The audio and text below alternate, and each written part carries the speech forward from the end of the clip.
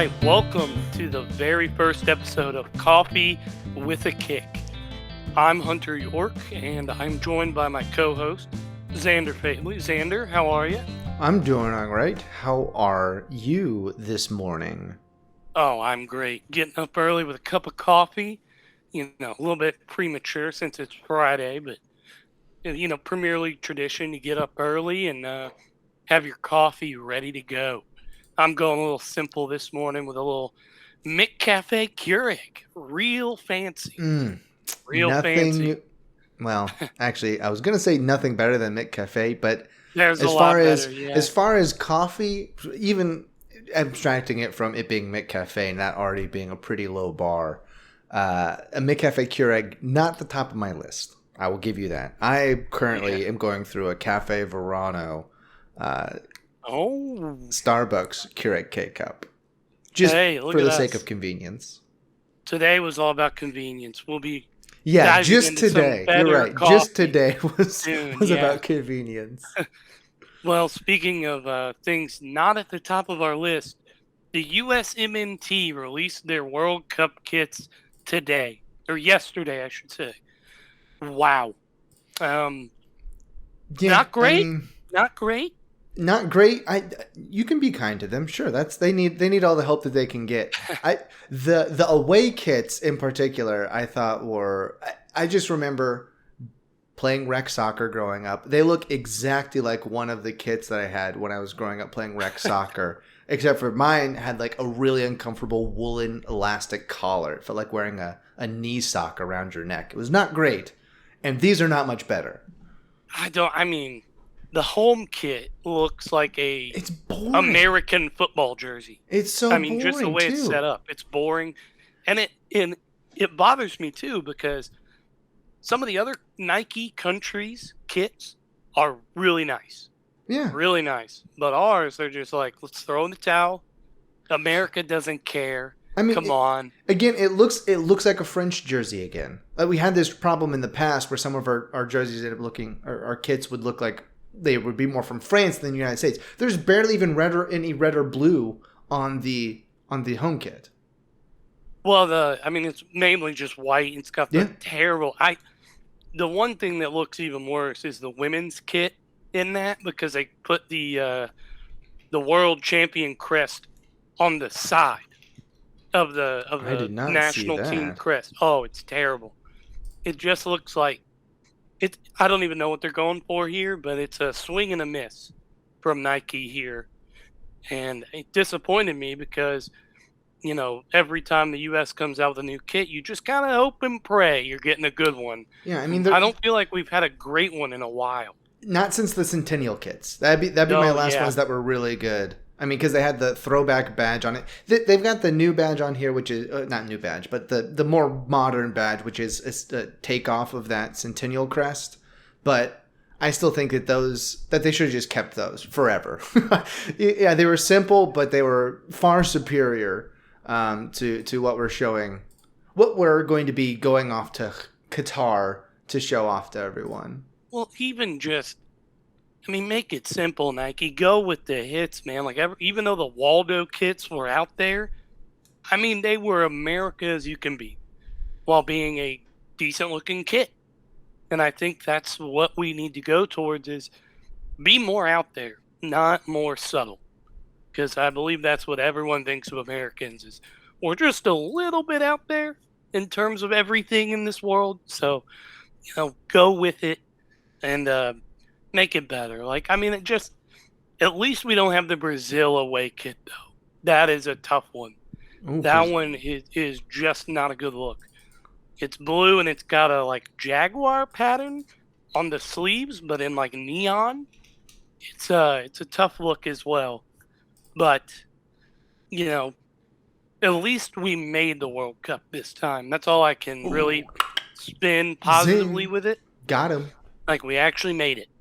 We did, yeah. Well, I don't know if we're saying got him to us 4 years ago when we didn't get to watch the USMNT in the World Cup. Embarrassing. It's funny to talk to people man, the 2018 World Cup was pretty good. And most people here are didn't watch it. Yeah. Didn't care. because Didn't we weren't in it. didn't even look at it at all. Which, ugh. Let's dive into a little bit of that. How do we think we're going to be in the World Cup? What is our here? We'll do it like this: best case scenario, worst case scenario.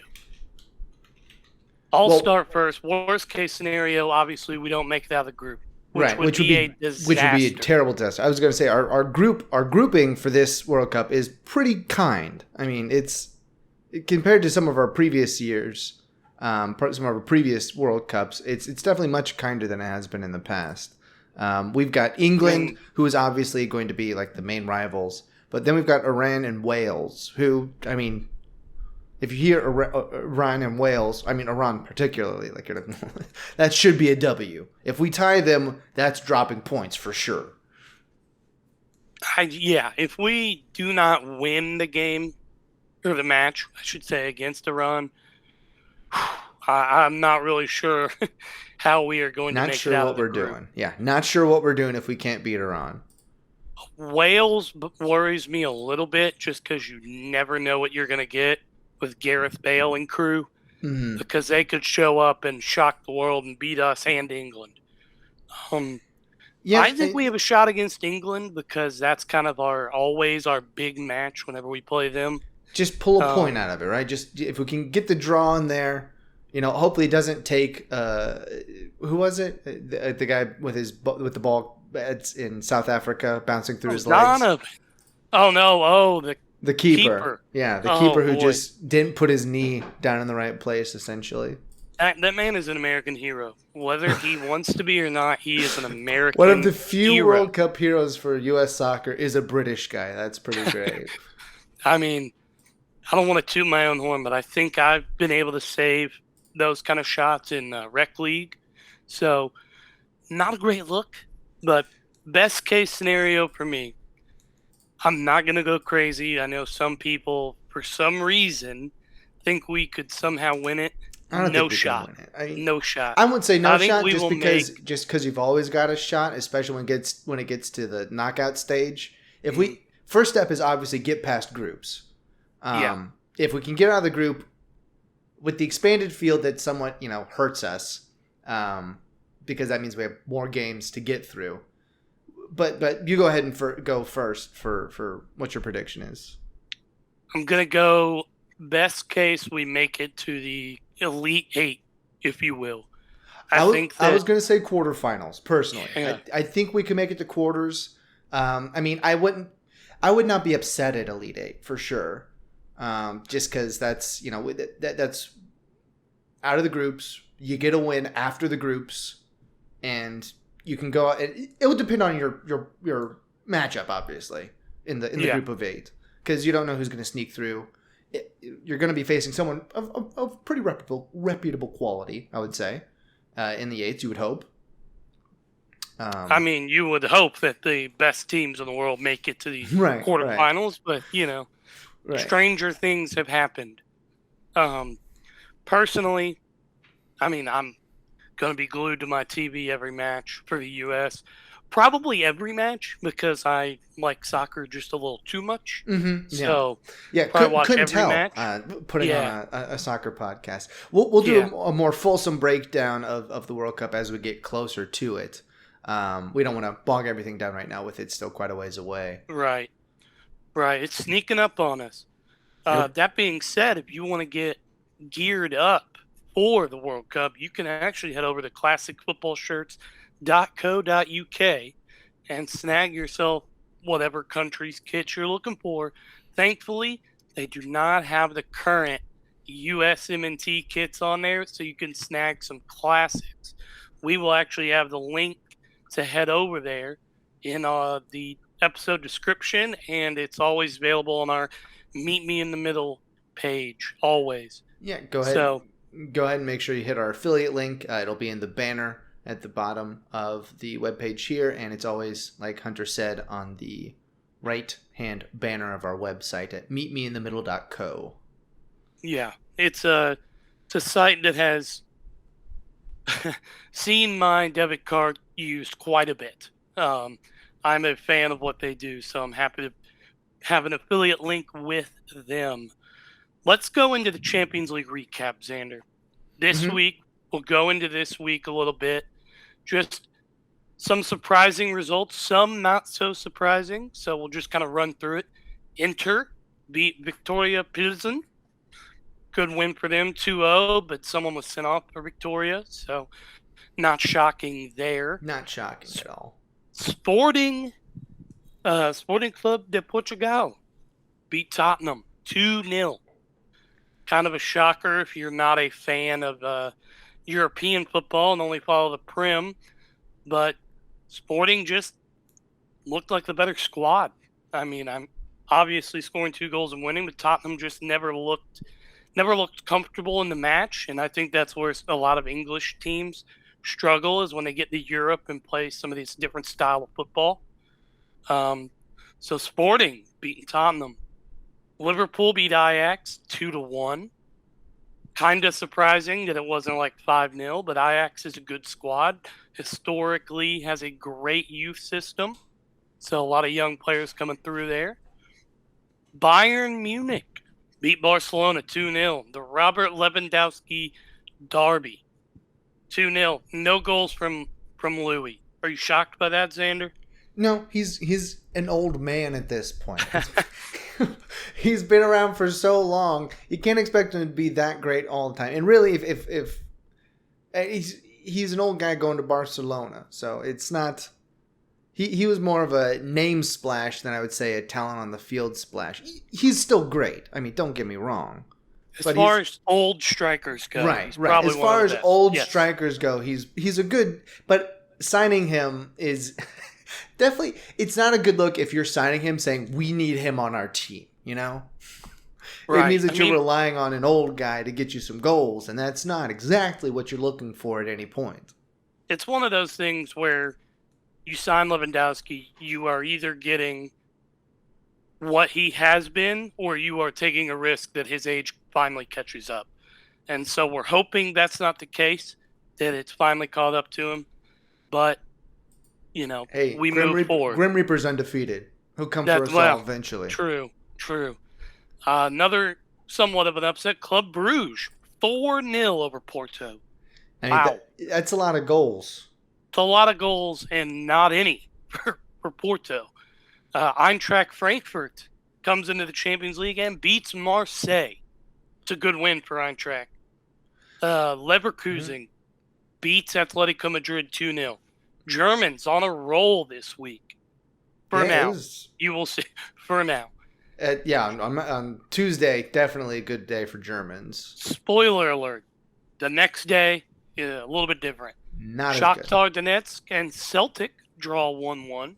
Not much to talk about there. Nope. AC Milan beat Dinamo Zagreb 3-1. Yeah, a bit of a come down for Zagreb after their surprising matchday 1 victory. That's the Champions League for you. You have 1 week where you're on top of the world. Next week you're humiliated. Trust me, I've been a Man City fan long enough to understand that. Napoli beat a 10-man Rangers 3-0. That's just a good old-fashioned tail whipping. Chelsea and RB Salzburg draw 1-1. Surprised? Chelsea is underperforming in the Champions League this year. There's no doubt about it. The reigning champions. It's disappointing. I'm not a Chelsea fan by any stretch of the imagination, especially since they don't use our boy Christian well enough. Come on. He's our American golden boy. Play him. Come on. Please do. Please. I mean, there's a reason that their manager gets sacked, right? I mean, if you're not performing here and you're not doing great in the Premier League, then kind of a shocking move. Why are you here? Right. Shocking move to get rid of Tuchel, bring in Graham Potter from Brighton. But, like I've always said, there's a reason they don't pay me the big bucks. So maybe there's something to it. Moving on to another Red Bull team. Real Madrid beats RB Leipzig 2-0, ending the Germans, 3-0 run the day before. Copenhagen and Sevilla draw 0-0. Snooze fest. Juventus falls to Benfica 2-1. Juventus has been struggling this year at just in total. So that is kind of the oh no, we need to fix something matchup, I believe, for Juventus. A little bit of a wake-up call for him there. PSG wins over Maccabi Haifa. Yeah. And that game actually was the first time that Messi, Neymar, and Mbappe all scored. Really? It's a 3-1 win there. Didn't catch that. Interesting. I mean, Man City, nice. my squad was down 1-0 to Dortmund after a Jude Bellingham goal, and they come back, they storm back.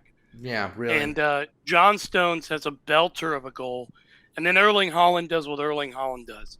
Somehow gets his foot 10 feet in the air and hits it in the back of the net to win the game. I want to talk about the ball in too. Did you? I didn't catch. Beautiful Cancelo outside of the right boot. It was curled it in. Oh, the creativity just out of bounds, just craziness. I was like, oh man, that must have been like when I saw the replay of it. I was like, oh, was that De Bruyne? I'm like, no, it wasn't De Bruyne at all.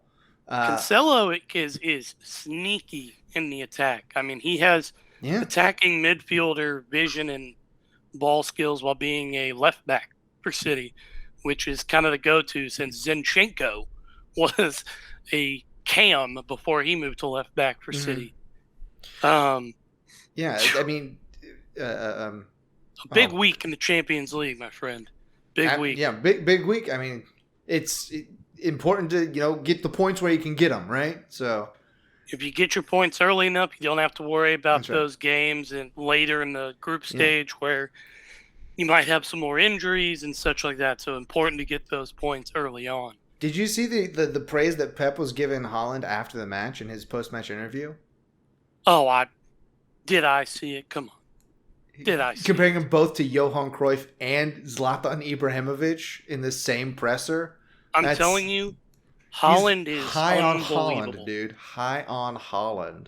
The things Erling Haaland does every week, you just kind of go, oh, we have a 6'4" giant of a striker who is really good.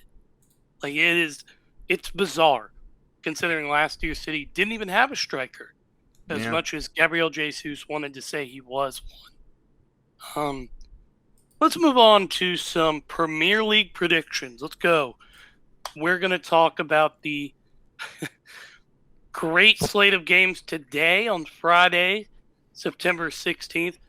Aston Villa versus Southampton. Who you got, Zander? Yeah, we're going to pick our games. Oh, man. And then we're going to eat what we messed up, take it on the chin when we do our pod at the end of the week. I'll keep my head held high. I'm going to take Southampton over Aston Villa in the first one. And I'm going to take a draw in the second. I don't think that either Fulham or Nottingham Forest have much going on at all. Oh, come on. You don't think Fulham, who's sitting in 10th place right now, and Forest, who just got their first win of the year in their last match, have much going on?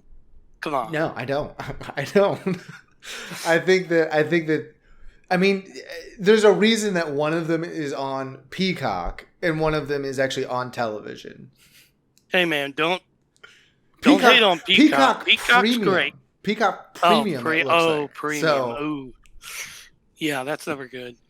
I am actually going to say Aston Villa and Southampton draw, and I think Nottingham Forest sneaks one on Fulham. Yeah, I do. Well, I mean, Nottingham Forest has got to start winning with the amount of money they spent this summer. So I think you got to start winning matches like this. Moving on to having a negative 10 goal difference 6 matches in is not a great look. It's not a great start. But it's not about how you start, Zander. It's how you finish. Well, I mean, if you start in last place and are down by, dozens of points on the table, it doesn't really matter how you finish at some point. No. They're not last. That's I know they're not last, but I'm saying, terrible. Okay, yes, Leicester has a point so far out of 6 matches. It's hard to be worse than that. Literally, there's only 1 point worse that you can be out of that. Yeah, it is. It's abysmal there. Let's move into the matches tomorrow morning with, whoa, my city versus your Wolves. All right, let's see. Early, Don't even mess with me, early, Wolves. early I AM. will tell City wins you, this one by like 2, 3 goals. That's my prediction. it's likely. I won't lie, it's likely. We'll move on to the little bit later slate in the morning at a 9 a.m. kickoff. Newcastle and Bournemouth. I think I'm going Newcastle here. Um, I'm gonna say like a 2-2 draw. Ooh. I think this is like a weird high scoring draw. Like no particular reason. And you know what? I'm gonna throw in that Bournemouth goes down to 10 men too. If that happens, I mean, I that should have put money just on shows it. I the should have put money on it. incredible knowledge that Zander has of Bournemouth and Newcastle squads. Tottenham versus Leicester City. I'm going Tottenham. Don't think Leicester has it, as we After just the alluded midweek to. Champions League, after the midweek Champions League, they have to come in and really pound this one. I think this will be a match where Harry Kane scores like 2 or 3, and everyone goes, "Is he back?" the So classic, the classic Harry Kane scores 2 or 3 times in one match and it doesn't for 3 weeks. Yeah, a little disappointed the Brighton Crystal Palace match got postponed. Would have been interesting to see if Brighton could keep up their hot start. Yeah, it'll be interesting to see how they do without Graham Potter at the helm. I want to see how they respond to that. Another game. We'll just go ahead and talk about the other postponed I game. remain on record that the Brighton Hove Albion Stadium it should be like the model that American stadiums go off of for soccer. I think that's one of the better looking mid range. Yeah, the Amex. Yeah. I think that's one of the best mid range soccer stadiums in England. It's a beautiful stadium. Going to the other postponed games just so we don't miss them. Chelsea versus Liverpool. Very disappointed that one's canceled. That would have been a good match. And then Manchester United and Leeds United. Well, I mean, to be fair, Chelsea probably needed that match to get postponed. Yeah, but still would have been exciting for the neutral. Absolutely. Yeah, and then United Leeds, who cares? No one wants to watch United. For clarification, I am a Manchester City fan, and I think a lot of that has rubbed off on Zander. So. No. I've never liked Man United is basically like the Yankees for baseball. I don't really know anything about baseball. I know much more about the EPL than I do about baseball, but both the teams, it's like the United, Yankees, Patriots. I just will always be rooting against them. No reason other than just general animus. I have my reasons, but we'll keep it professional. Going to Sunday morning. Arsenal, Brentford. I'm going Arsenal. Come on. I mean, it's got to be Arsenal. It's got Arsenal, and then they slipped in one match, but so far they have looked really good this season. They're on top of the table. I mean, come on. I think they're going to be a team that, if they stay healthy, they could actually surprise some people and contend for the title. However, I don't know if they stay healthy. I don't know if they're deep enough. It's a long season. It is a long season. There's a World Cup in the mix mid-season. That's going to be weird for people. That is going to be bizarre, especially when you have those guys in the World Cup. Right. They're going to come back and need some time off. So that's really going to show you. You can have guys go on deep runs in there and just have, having what, 12 extra matches under their belt? Is that about right? 6, depending on how far you go. Maybe 10 extra matches under their belt, and then on top of that, I think Arsenal's in Europa. Is that right? Correct. Yeah, I mean, you don't have to put your best guys in Europa, of course, but still, you'd be surprised. It's where if you want to, it'd be nice to get that automatic qualifier for UCL next year, but yeah, it's just mileage, and mileage is as mileage does. It hurts you. It wears you down in the long run. And finishing off the weekend is kind of a snooze fest here. Two teams who have collectively not won a match in the last 3 match days. Everton versus West Ham. Oh, boy. I am going to go for a draw. Going to go for a snooze fest draw. That's my prediction for that match. These two teams who, out of 12 combined games, have scored 7 goals total. Yeah, that's Gonna They'll be surprise tuning in us. for that one. They'll surprise us, and it'll be like 4-3, just an absolute shootout. The one thing about West Ham, I think that their color combo of that sort of deep red, that deep red, almost maroon and blue. I think that's a classic color combo for the Hammers. I They think put out some it's always great to classy look. kits. I'm telling you, some of their kits.